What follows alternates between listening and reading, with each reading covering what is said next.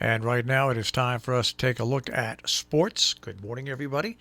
In sports, well, Major League Baseball is not going to put anybody into the Hall of Fame this year. Pause, asterisk. The Major League writers, you still have the Veterans Committee that votes on putting people into the Hall of Fame. So that still has to come up. Curt Schilling, though, is blasting baseball, especially at the Hall of Fame ballot. He fell short, and his last year, really, to be honest, is 2022 to be on the ballot. He is saying, take my name off the ballot.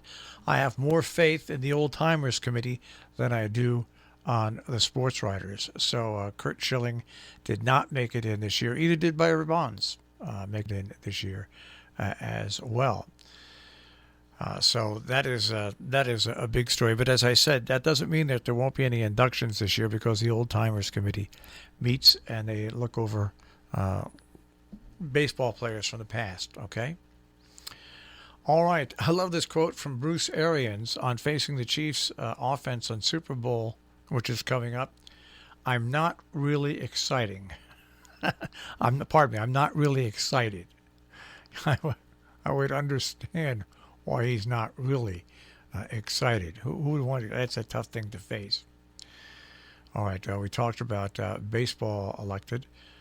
No players by the baseball writers, but once again we have the old timers. They will be voting, and I'm sure they'll put somebody into the Hall of Fame.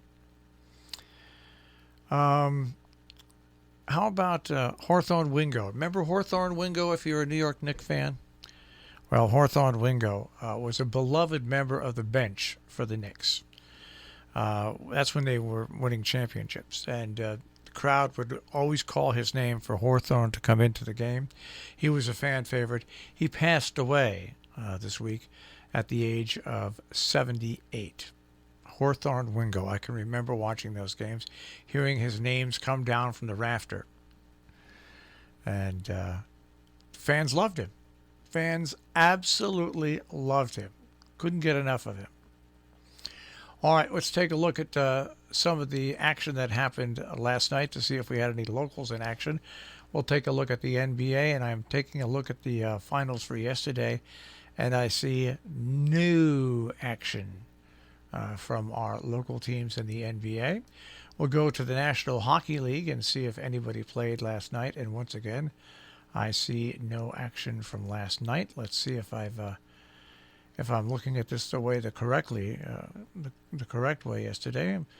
The Bruins played. Pardon me. Bruins beat the Penguins by a score of 3-2. The Flyers beat the Devils 5-3. The Rangers fell to the Sabres by a score of 3-2. So that is hockey. In college basketball, Syracuse lost to Virginia 81-58. That I do believe is the only local team that was in action. The UConn men were in action, though, yes. They played against the Butler Bulldogs, winning 63-51. The men are now 8-3 on the year. They're having a pretty good season. UConn women, they played, the last they played was on Saturday. They defeated Georgetown, but the UConn women, by the way, are undefeated this year.